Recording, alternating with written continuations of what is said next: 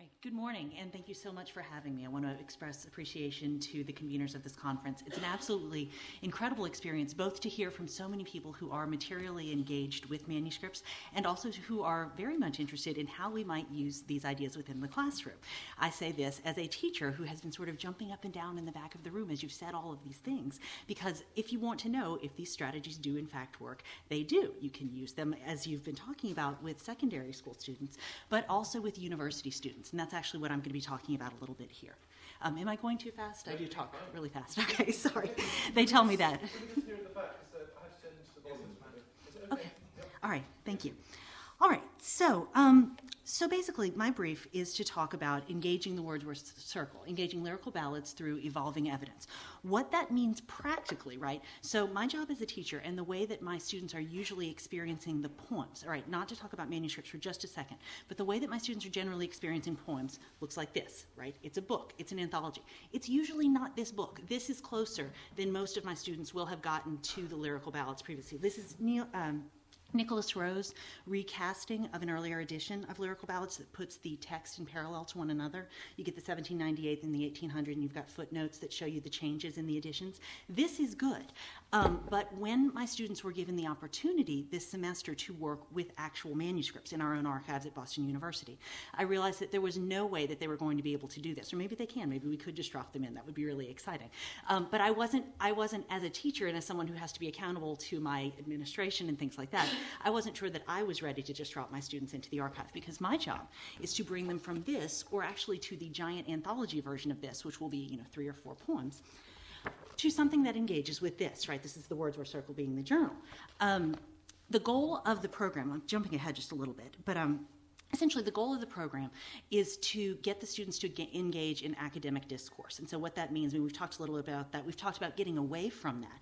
But what I'm interested in, and what I hope to be able to do through this project, and also through engaging so many of the ideas that have been presented here, is to think about some ways that these insights can be brought into a conversation that makes this, which is very exciting to many of us, but the students don't necessarily have the points of connection they need to appreciate why these arguments are so exciting, trying to give them that sense of material experience and real connection with the types of conversations that are happening there to help them do the same thing themselves.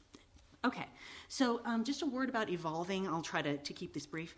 But in thinking about the evidence we're discussing as evolving, we're thinking about 2 types of changes. One is the changes that are made to text over time, right? And here we are actually talking a little bit about the printed editions. That is the case because I didn't, unfortunately, have access to the wonderful digital resources that are coming up. Listening last night, I was sort of jumping up and down. But I've also been really excited to learn that there aren't that many manuscripts of lyrical ballads available. So this actually was a proper way in which to work with the text. So great, good. So the text is evolving, but also how the resources that we create for students themselves are now growing and changing. Okay, so that's something that this also talks about. Including the printed text might seem to move away from these concerns that we've been talking about, but I'd suggest that the perspective that we would gain, and that my students did gain thereby, is a vital further angle for students, one that helps them go from the type of context, right, going from this to the other thing. Because they themselves, they are not familiar with the idea of poems as having been collected in volumes. That's just something that's an intermediary stage that was vital to how these works were created and circulated and commented upon in the context of the time. They don't know that. They don't see it. That's not a part of the literary culture that they know today, especially not in the States. Anywhere really beyond, Britain has such an amazing continual culture of letters that I think that as these resources extend further into audiences overseas and around the world, thinking about the different points of connections that student might find with the experience, sort of other ways in which they might have difficulties not envisioned within this context is a way that I hope this presentation can be useful. Okay. So I hope that this facilitates insights by the students drawing analogies, essentially. So this is the idea of point of connection. Drawing analogies to their own experience upon which they may reflect, and these insights will help them facilitate the connections that they work with further in their own writing. Okay. That would not be it. Okay. Print versus electronic facsimiles. Again, the idea of these two being opposed to one another is not something that I need to argue with this audience, right? There's sort of a popular conception that there's print and there's the electronic world, and the electronic world is really exciting, and the print world is sort of out of date, dinosaur. No one likes print media. Obviously, we've been talking about the material value of printed and handwritten artifacts in a variety of ways. But this is an angle that I hope will be interesting and that got brought up a little bit yesterday. Thinking about the concrete nature of the written word having an enduring nature, but that nature being in tension over time, so both with the context of its time and then further in the context to which we are bringing that word. Sort of a useful paradigm for thinking about how we might continue to engage an archaeological perspective. So we're engaging in dialogue, essentially. Almost literally, though, this dialogue can become what I would call a correspondence.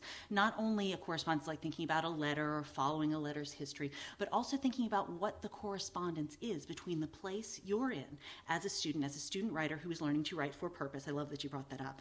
Who's learning to write for purpose, learning to write for a community. How might the experience that you're engaged in be analogous to the kinds of things that resulted in the creation and the revision of lyrical ballads, right? So this is what I tried to get my students to think about. It's odd at first, the pieces shift. And so working with those shifting pieces is part of what we had to grapple with as a class. However, it does work. The facsimile, just kind of a neat comparison. I think we lose very often the verb that's at the heart of facsimile, facere, to do or to make, right? So thinking about how people are made, right? What are the sorts of repeated actions that they engage in over and over is something that I wanted my students to think about as they thought about the repeated actions of creation, revision, drafting that Wordsworth and Coleridge would have engaged in as they were working with lyrical ballads. All right. Yes. We can comment on the Coleridge quote later. There's a mean in there. I didn't want to suggest my students' selves as mean. That's why I took the word out. Okay, so who are the students? Who are the members of this audience? This is the university. So if you're wondering about the sort of reflection upon nature in the natural world as being powerful for students, if you can see what the context of the university looks like, it is a 1.8-mile strip of concrete. That's what they have. There's a train that runs down both sides. Long ago, there was an Atari game called Frogger. The transportation goes down both ways and things are liable to be squished. We often joke that it's kind of like Frogger. Okay, so that's basically, you can see the train there. The idea of what we're trying to do with the students is to provide a content-based writing class. What that means in short form is that my goal is to improve their writing, and I'm given amazing latitude in terms of what I'm able to do with the students, which was why I was able to engage in this project. We are tasked to help them towards the creation of abstract academic arguments. So that's tough, right? That's not something that comes easily to students, especially students who took the class because it fit into their time schedules, right? That happens all the time.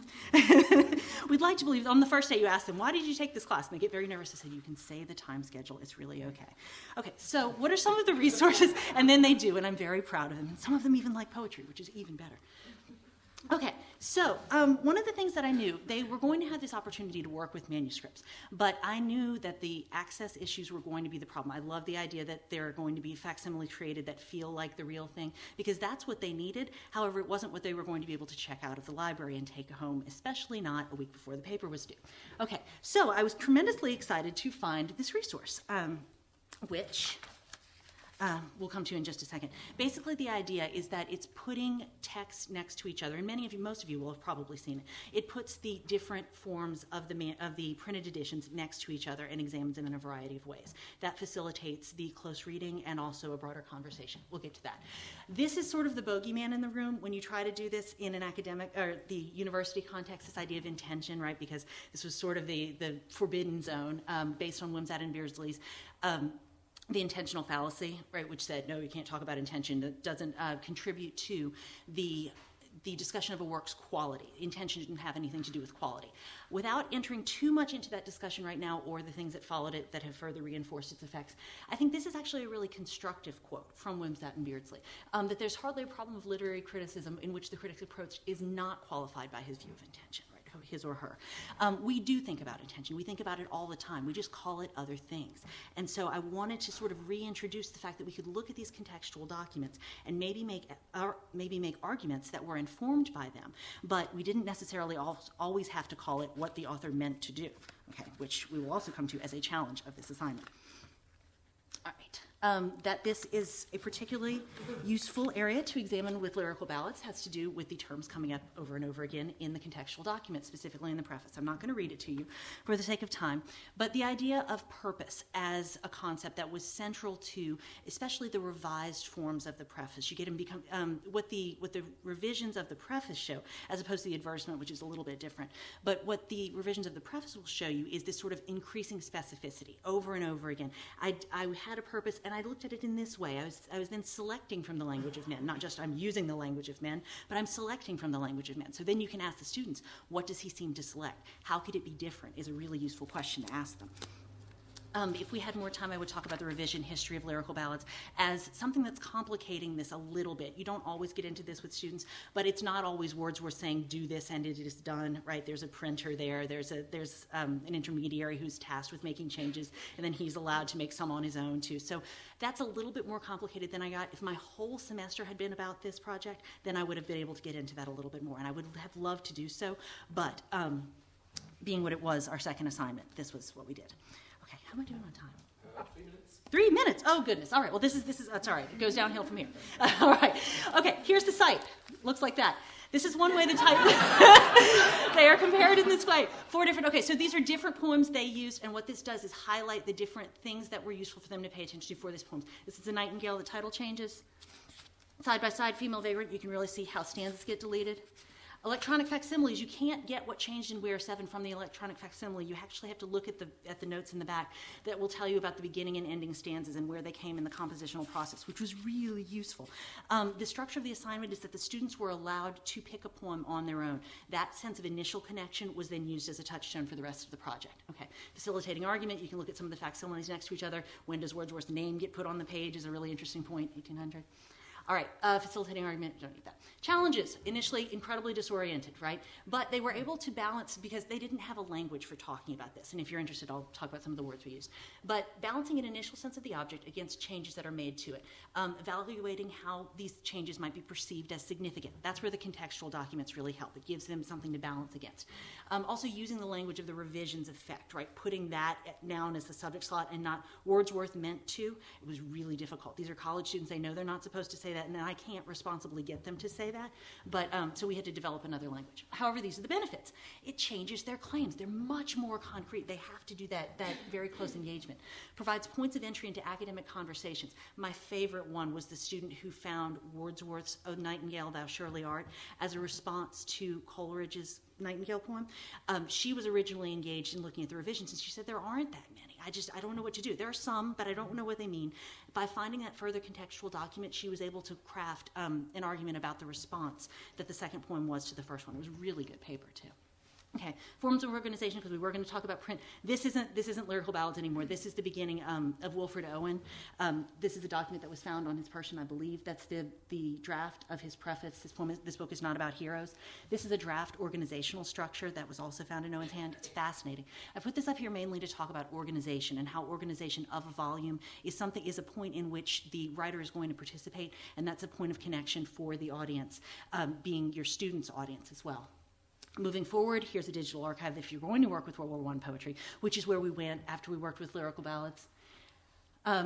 If you're thinking about organization, visions of revision, it really helps this idea of connecting the documents, having a full description of what you're seeing. These are the 7 different versions of Anthem for Doomed Youth, which was originally Anthem for Dead Youth, of Wilfred Owen's. But my student was so funny. I showed her this and said, why aren't you using this evidence? And she said, you mean they're different? She couldn't see because of the way that they're organized. And, you can go through and see. If you've got something as side by side, here you can see that initial stanza deleted, or not initial stanza, but the initial part of that second stanza deleted. All right, lessons learned, language of revision is challenging but useful. Questions are vital to engagement. Don't ask them what's different. You can do that occasionally, but they'll feel like it's a very grade school thing you do. So you're trying to link it to something. The frame of indigenous commentary, that's Hodder's term, but the idea of the contextual documents of the prefaces, reviews, and revisions as something that's going to facilitate a sense of the conversation. This you can read on your own if you like. This is why it's not a good thing always to honor your author's intention. This is actually a letter that I found that I haven't found transcribed anywhere yet. I'm not willing to bet that it's not transcribed. But this is Wordsworth writing to Montague about what Montague wishes would be done with his letters, and Wordsworth's view about what should perhaps be done with those letters. So thank goodness we're not always following intention. Thank you very much.